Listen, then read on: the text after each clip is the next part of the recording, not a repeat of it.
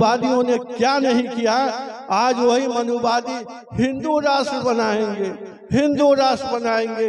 यहाँ तमाम हिंदू, मुसलमान, सिख, ईसाई सब भाई रहते हैं। हिंदू राष्ट्र बनेगा, क्या होगा? पासवान से हड्डी छुआएगा, डोम पानी नहीं भरेगा, चमार को वही माल उठा के बिकना पड़ेगा। यही न व्यवस्था है हिंदू राष्ट्र में। 4 वर्ण हुआ करता है, तो ब्राह्मण, क्षत्रिय, वैश्य। देख रहे थे एक पत्रकार को पड़े फेसबुक पर, अभी अभी महिलाओं को लुभाने के लिए 100 रुपया गैस सिलेंडर पर कम कर दिया गया है रात से। और पत्रकार, जितने भी भारत के पत्रकार और मीडिया हाउस है, नंगा नृत्य कर रहा है। जे देश की आधी आबादी को भारी राहत, देश की आबादी को भारी राहत। ए मीडिया भाई वालों, आप उस दिन कहाँ थे जब 350 के सिलेंडर को 1200 में नरेंद्र मोदी बेच रहे थे? तो आप कहाँ थे? आप उस दिन क्यों नहीं कहा ये महिलाओं के साथ में अत्याचार हो रहा है? इस जन विकास शक्ति संगठन समारोह में आए हुए हमारे पातेपुर के पूर्व विधायिका, लोकप्रिय नेता हम लोगों के श्रीमती प्रेमा चौधरी जी, जन विकास शक्ति संगठन के अध्यक्ष श्रीमती सुधा जी, इस मंच पर उपस्थित हैं हमारे पूर्व जिला पार्षद मनीष कुमार राय जी, महुआ से हमारे बड़े प्रिय नेता विश्वनाथ पल्लवी साहब हम लोगों के बीच में उपस्थित हैं। यहाँ पर हमारे तारक चौधरी जी जो पूर्व जिला पार्षद हैं यहाँ से, शिबू जी, हमारे पुराना गांव वासी मच्छू राम जी भी यहाँ उपस्थित हैं। और संचालन कर रहे हैं हमारे बहुजन शक्ति संगठन के पत्रकार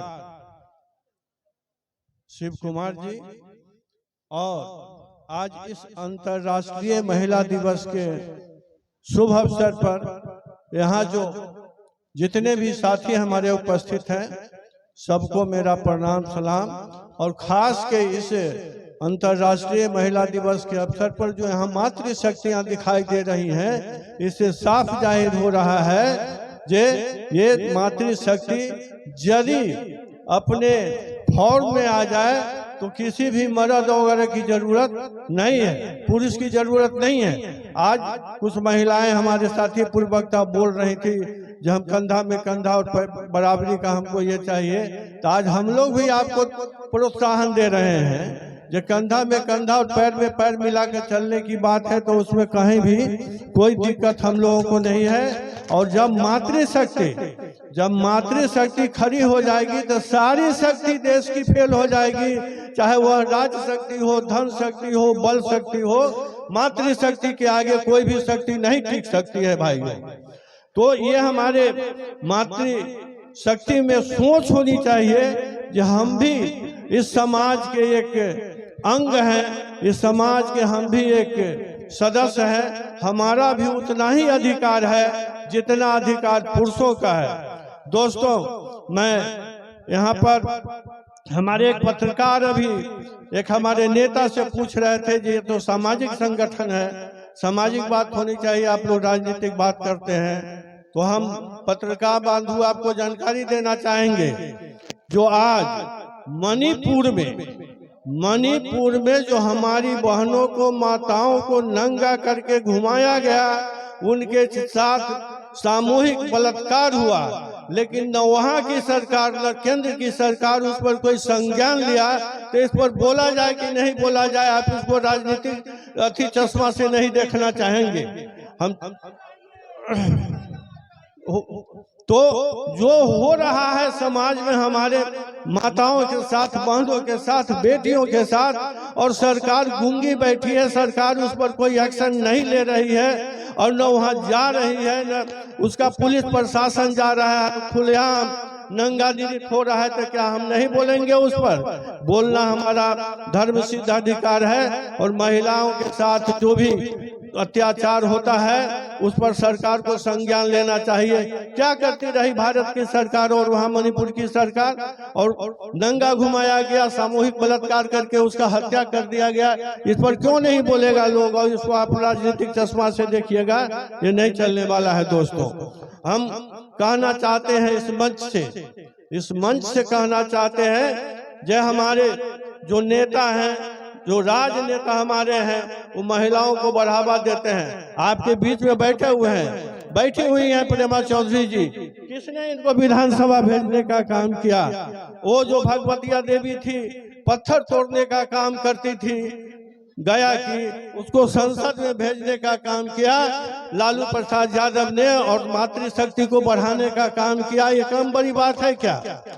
दोस्तों, मैं कहना चाहता हूं, जितनी जरूरत महिला को है, हम तमाम साथी कहीं भी हैं, आज पढ़ाई लिखाई की बात होती है, हम लोग भी पढ़े लिखे लोग हैं, बहुत पढ़े लिखे लोग तो नहीं है, लेकिन कुछ काम चलने लायक है। तो हम कहते हैं कि माता ही सबसे बढ़िया शिक्षक अपने बच्चों के लिए होती है। तो हम चाहेंगे कि जितने भी हमारी माताएं यहाँ बैठी हैं, अपने बच्चों को पढ़ाने का काम और शिक्षा देने का काम करेंगे। ये हमारे नेता लालू यादव भी कहते थे, पढ़ाओ बच्चों को, पढ़ाओ, आगे बढ़ो और बच्चों को पढ़ाओगा तब तुमको समानता का अधिकार मिलेगा। जब आपके पास में नियम कानून की जानकारी होगी, आपको जो नियम कानून है उससे अवगत होइएगा, तो आप लड़ सकती हैं किसी भी शक्ति से, और आप बच्चों को पढ़ाइएगा तभी ना। आज क्या हुआ? बाबा साहब भीमराव अंबेडकर ने संविधान लिखा, उस समय भी बाबा साहब को कम तंग नहीं किया गया मनुवादी विचारधाराओं के लोगों को। और ये आरक्षण की नीति या स्कूल की बात जब बाबा साहब अम्बेडकर कर रहे थे तो उनको दबाने का काम किया जा रहा था। लेकिन उस समय सोच लीजिए, आज हम लोगों को तो सरकार के तरफ से जो समाजवादी सरकारें आई हैं, वो आपको बढ़ाने का, हमको बढ़ाने का बहुत सारा अवसर प्रदान किया है। लेकिन बाबा साहब भीमराव अंबेडकर जब जिस जमाने में हुआ करते थे, तो उस समय आके और संविधान लिखने का काम किया। आज प्रेमा चौधरी जी यहाँ यदि बैठी हैं तो ये बाबा साहब भीमराव अंबेडकर की देन है साथियों, और ये हमारे भारत की सरकार का देन है। तो दोस्तों, आज हमारे बीच में गौतम राम मुखिया जी बैठे हुए हैं, ये बाबा साहब भीमराव अंबेडकर की देन है। दोस्तों, यदि संविधान नहीं होता तो ये गौतम राम और तारक चौधरी जैसे लोग जिला परिषद में नहीं जाते। इसलिए संविधान जो हम लोगों का है, उसकी रक्षा हम लोगों को करने का है। आज हम देख रहे थे एक पत्रकार को पड़े फेसबुक पर, अभी महिलाओं को लुभाने के लिए 100 रुपया गैस सिलेंडर पर कम कर दिया गया है रात से। और पत्रकार, जितने भी भारत के पत्रकार और मीडिया हाउस है, नंगा नृत्य कर रहा है। जे देश की आधी आबादी को भारी राहत, देश की आबादी को भारी राहत। ए मीडिया भाई वालों, आप उस दिन कहाँ थे जब 350 के सिलेंडर को 1200 में नरेंद्र मोदी बेच रहे थे? तो आप कहाँ थे? आप उस दिन क्यों नहीं कहा ये महिलाओं के साथ में अत्याचार हो रहा है? आज 100 रुपया कम कर दिया तो महिलाओं के लिए बड़ा उपकार हो गया। इस भरम में आप लोगों को नहीं पड़ना है और अपनी रक्षा आप स्वयं कीजिए। 350 का सिलेंडर आज 900 और 1000 में मिलने वाला है। इससे प्रफुल्लित आप लोग नहीं हुई।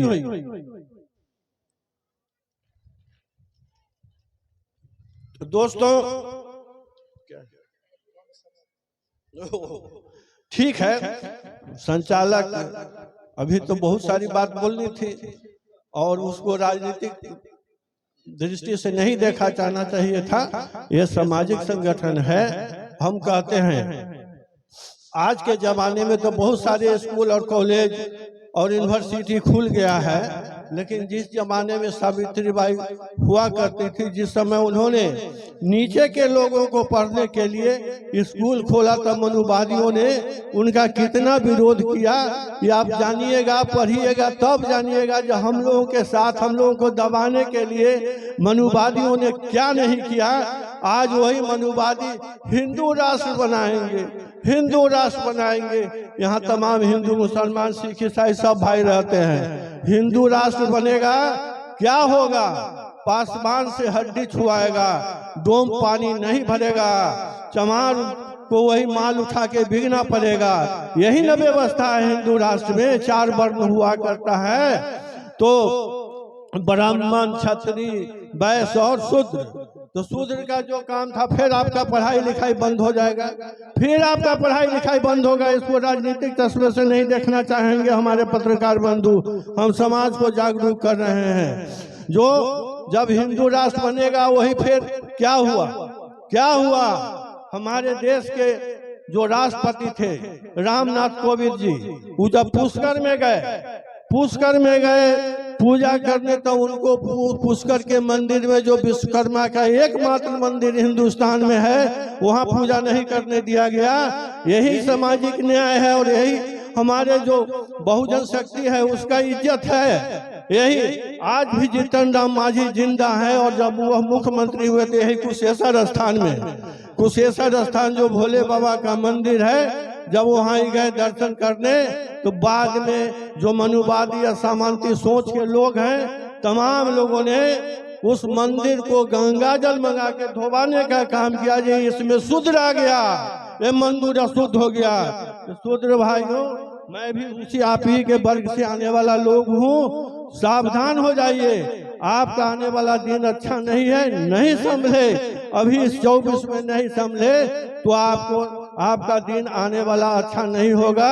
इन्हीं बातों के साथ मैं एक बार पुनः अपील करना चाहता हूँ मातृशक्तियों से, जो यहाँ भारी संख्या में बैठी है और आज के समारोह को सफल बनाने में जो उपस्थित होकर जो योगदान दिया है, इसके लिए बहुत बहुत मुबारकबाद मातृशक्ति महिला शक्ति को। यहाँ दोस्तों खड़े हैं संचालक महोदय, हमको भी कई जगह जाना है जैसा कि बताए हैं, तो इसी तरह से हम धन्यवाद देना चाहते हैं जन विकास शक्ति संगठन को, जो इसी तरह का समारोह करके सेलिब्रेट करके जनता में, और जो हमारे समाज के अनपढ़ लोग हैं, जो ना समझ लोग हैं, उसके बीच जागृति पैदा करने का काम आप करेंगे। इसके लिए बहुत बहुत मुबारकबाद, बहुत बहुत धन्यवाद। जय भीम, जय संविधान।